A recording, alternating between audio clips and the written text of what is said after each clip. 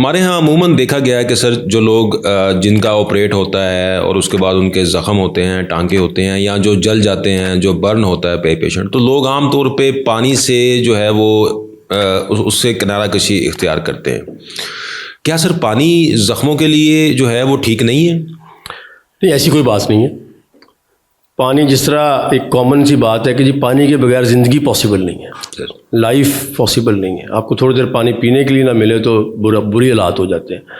अगर आप नहाए ना हो तो पानी से वॉश ना किया हो तो स्मेल आने लग पड़ती है।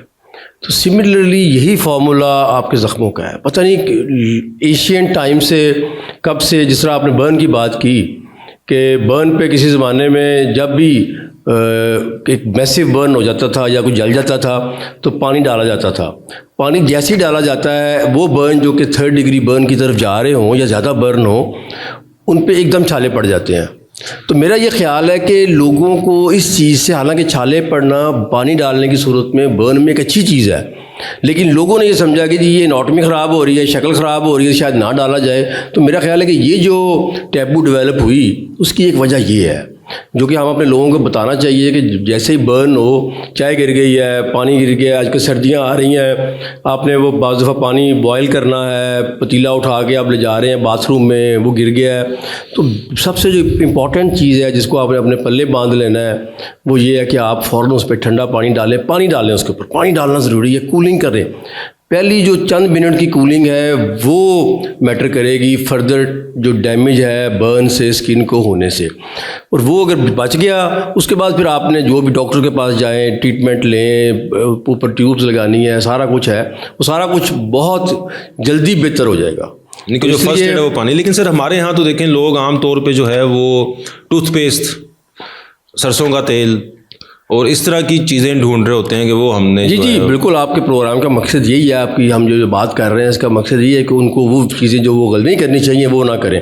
लेकिन टूथपेस्ट जो थोड़ा सा हेल्प करती है, वो कूलिंग, ठंडा, वो भी ठंडी होती है ना जी सर, इसलिए वो कूलिंग से वो बेहतर होती है। तो सबसे बेहतर जो कूलिंग की चीज़ है वो पानी है, नॉर्मल टैप वाटर है या जो नलके का पानी है। बिल्कुल। यहाँ मैं एक और चीज़ आपको बताता, चलो कुछ अर्सा पहले मैंने एक पॉडकास्ट किया था और वो इस वक्त काफ़ी सारा है ऑन मीडिया चल रहा है। उसमें ये था कि पानी जो है, ठंडा पानी जो है, क्योंकि पानी हम जब बुखार होता है, फीवर होता है, उस वक्त भी हम पानी डालते हैं और पानी से हम पट्टियाँ करते हैं। सर हमारे यहाँ तो ये तो अब नया कॉन्सेप्ट है, लोग उसमें जा रहे हैं। हमारे यहाँ तो ये था, अभी भी है, कि लोग जो हैं बुखार हो जाए तो भी उन्होंने कहना नहीं नहाना हमने।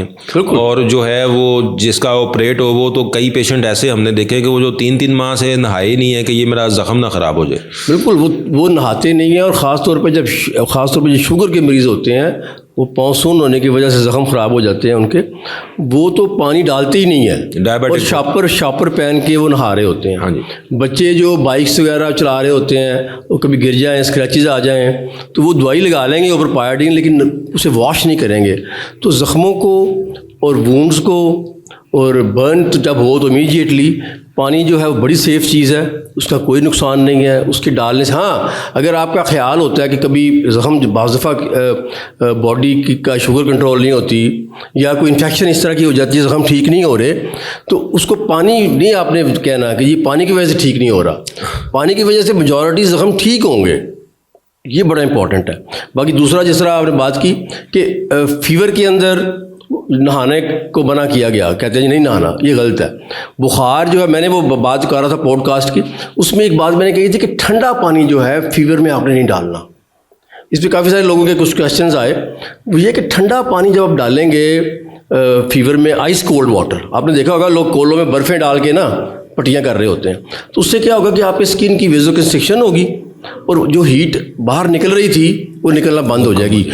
इसका ये मतलब नहीं है कि पानी नहीं डालना, आपने नॉर्मल पानी से पट्टियाँ करनी है, आपने आइस कोल्ड वाटर से पट्टियाँ नहीं करनी। ठीक है, ये बड़ा इंपॉर्टेंट है। अच्छा, लोग तो कहते हैं जी बर्फ़ की पट्टियाँ करनी। हाँ, ये गलत है। बर्फ़ की पट्टियों से इंटरनल टेम्परेचर तो और बढ़ेगा क्योंकि आपकी स्किन बिल्कुल ठंडी हो जाएगी, हीट लॉस नहीं होगा। ठीक है, हाँ, तो ये बड़ा ज़रूरी है कि नॉर्मल बॉडी टेम्परेचर, क्योंकि पानी जैसे ही डालेंगे आप, आपके जिस्म की गर्मी से पानी उड़ जाएगा, जैसे ही उड़ेगा पीछे कूलिंग होगी, सो वेपोरेशन फिजिक्स का प्रिंसिपल है, जैसे वेपोरेशन होती है कूलिंग होती है, लेकिन जब आप ठंडा पानी डाल देंगे आइस कोल्ड वाटर तो वो जो ब्लड बुखार गर्म जो ब्लड है जो कि मूव कर रहा है आपकी स्किन की कैपिलरीज के अंदर, वो विज़ोकंस्ट्रिक्शन कर देगा और फिर वो वाली हीट जो है वो बाहर नहीं निकलेगी और वेपोरेशन नहीं होगी।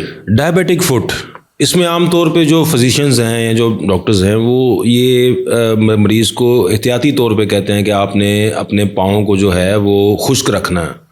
तो वो खुश्क रखने का मतलब लोग समझ रहे हैं शायद हमने इनको धोना ही नहीं है। हाँ बिल्कुल ऐसे ही है, उसको धोएं, वॉश करें सोप एंड वाटर से।